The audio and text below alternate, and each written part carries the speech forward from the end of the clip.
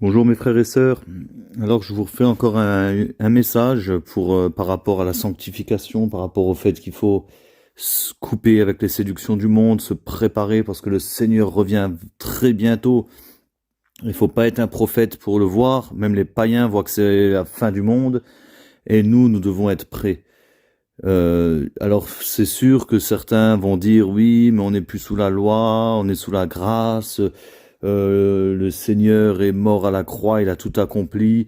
Ils vont se servir éventuellement du passage de Galates 2,16 qui dit ce n'est pas par les œuvres de la loi que l'homme est justifié, mais par la foi en Jésus-Christ. Nous aussi, nous avons cru en Jésus-Christ afin d'être justifiés par la foi en Christ et non par les œuvres de la loi. Parce que nulle chair ne sera justifiée par les œuvres de la loi.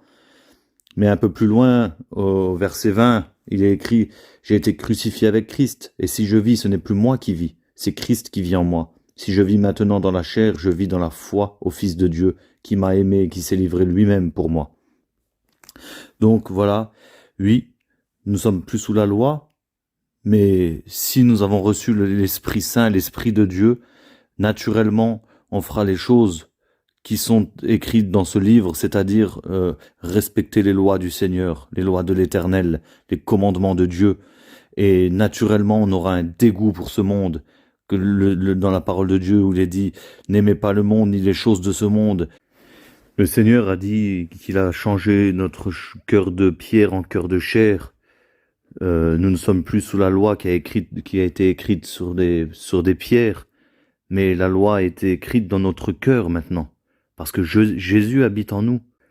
Nous avons changé de royaume, nous ne faisons plus partie de ce royaume. Et il est écrit aussi dans Hébreux 12, 28 et 29, c'est pourquoi, recevant un royaume inébranlable, montrons notre reconnaissance en rendant à Dieu un culte qui lui soit agréable, avec piété et avec crainte, car notre Dieu est aussi un feu dévorant. Dans Jean, au chapitre 15, on voit Jésus qui enseigne ses disciples sur le fait de rester attaché à lui en prenant l'image du cep et du sarment. Il nous prévient que si on n'est pas attaché à lui, à sa parole, on finira par être jeté au feu. Il dit aussi que nous n'appartenons pas au monde et que le monde nous déteste et qu'il va nous envoyer son Saint-Esprit, l'Esprit de vérité, et qu'on sera ses témoins. Et au chapitre 16, il commence comme ça. « Je vous ai dit ces choses pour que vous ne perdiez pas la foi. On vous chassera des maisons de prière, et même le moment arrive où tous ceux qui vous tueront croiront servir Dieu de cette façon. » Ça, c'est dans la version parole de vie. Là, le Seigneur ne nous annonce pas forcément une persécution physique, mais aussi d'ordre moral, psychologique, spirituel, dans le sens où si on nous fait croire, on nous enseigne uniquement que Dieu est bon, que nous sommes sous la grâce, qu'on peut vivre n'importe comment ou légèrement avec le Seigneur, que le sang de Jésus nous lave quoi qu'il arrive et que notre nom est inscrit une fois pour toutes dans le livre de vie, alors là, il faut fuir, quoi, parce que ces gens-là, ce sont des gens qui nous tuent, croyant rendre un culte à Dieu, dans le sens où ils nous mettent directement sur le chemin large qui mène à la perdition. Et ces gens-là, le Seigneur les appelle ni plus ni moins que des hypocrites aveugles qui conduisent des aveugles et qui iront tous ensemble en enfer. C'est dans Matthieu 15, versets 7 à 9, dans la version Louis II, il est écrit « Hypocrite, Ésaïe a bien prophétisé sur vous quand il dit « Ce peuple m'honore des lèvres, mais son cœur est éloigné de moi.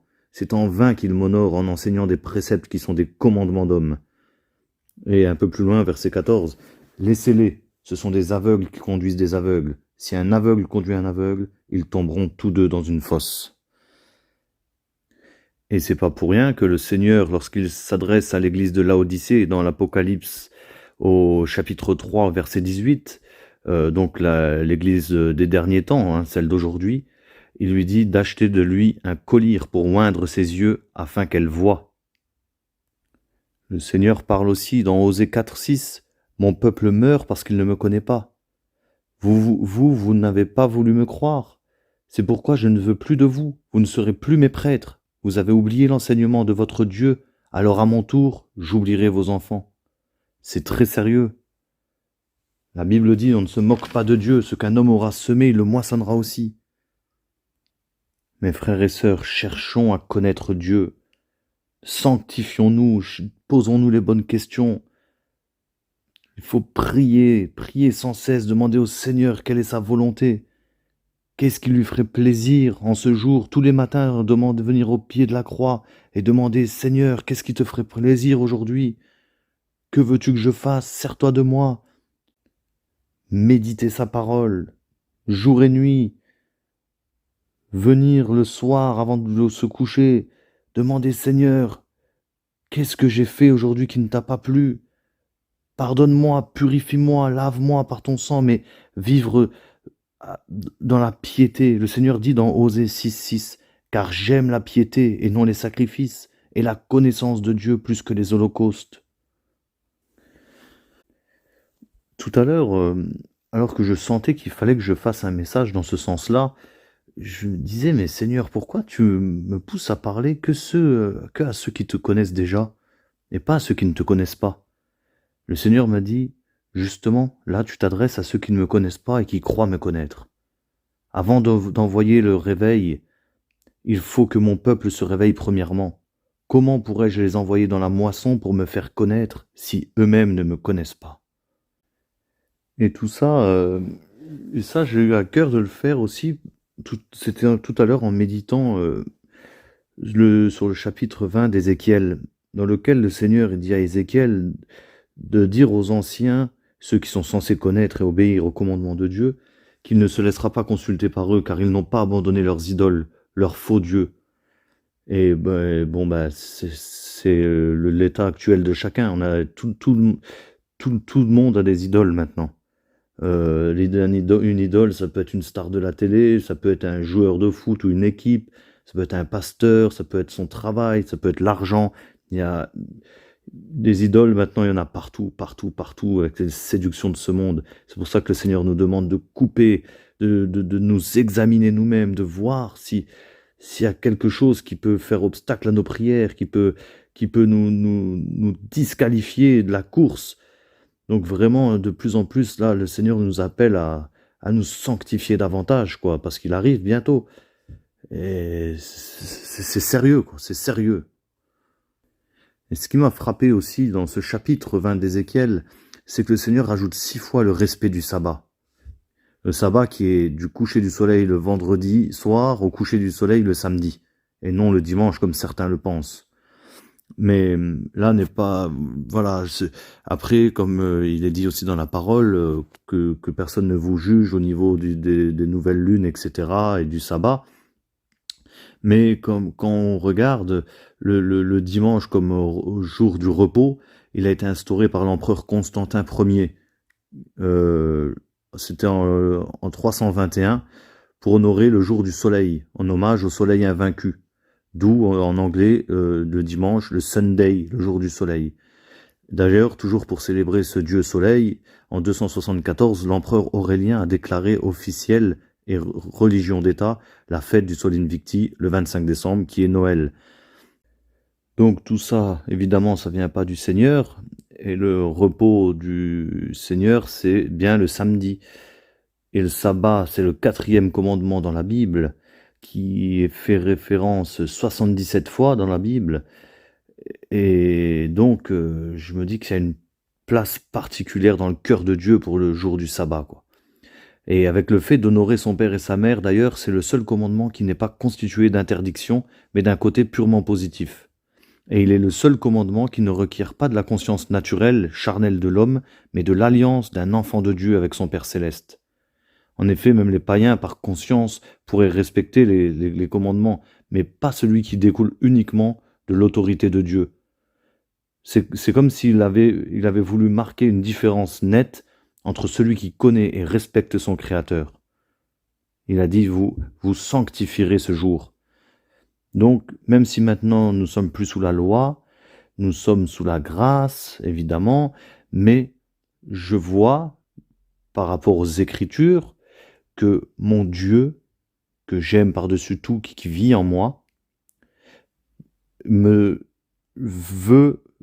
mis le doigt, d'ailleurs les commandements, ça a été écrit par le doigt de Dieu, il a mis le doigt là-dessus, sur ce jour qu'il veut qu'on sanctifie.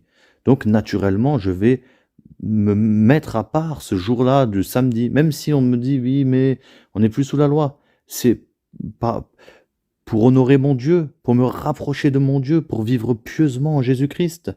Et c'est comme il nous oblige pas, à aucun moment le Seigneur nous oblige à jeûner. Mais c'est naturellement qu'on va mettre des jours à part pour notre Dieu.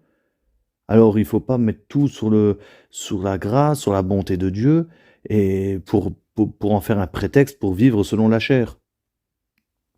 Il faut vraiment chercher à plaire à notre Dieu, à se rapprocher, à imiter notre Seigneur, à être semblable à lui. Et pour cela, moi, je médite la parole et je cherche à... Il faut revenir aux anciens sentiers. La parole de Dieu le dit, c'est Jérémie qui le dit, c'est dans Jérémie 6, versets 16 et 17. Ainsi parle l'Éternel, placez-vous sur les chemins, regardez et demandez quels sont les anciens sentiers, quelle est la bonne voie, marchez-y et vous trouverez le repos de vos âmes. Mais ils répondent, nous n'y marcherons pas. J'ai mis près de vous des sentinelles, soyez attentifs au son de la trompette. Mais ils répondent, nous n'y serons pas attentifs. Et les anciens sentiers, c'est regarder comment les disciples ont marché, une fois qu'ils ont été revêtus de la puissance d'en haut, du Saint-Esprit dans la chambre haute. Vous savez, je me posais des questions, aussi, je me disais, mais si l'apôtre Paul vivait, si les disciples de l'Église primitive vivaient là maintenant en 2022, je m'imaginais l'apôtre Paul au cinéma ou en train de regarder des séries sur Netflix tout le week-end avec Silas. Je me dis mais c'est impossible, c'est impossible. Alors pourquoi nous on ferait ce que eux ne feraient pas? Où je m'imagine Pierre et Jean en train de se prendre en selfie et partager leur prise de pêche sur Facebook ou Instagram.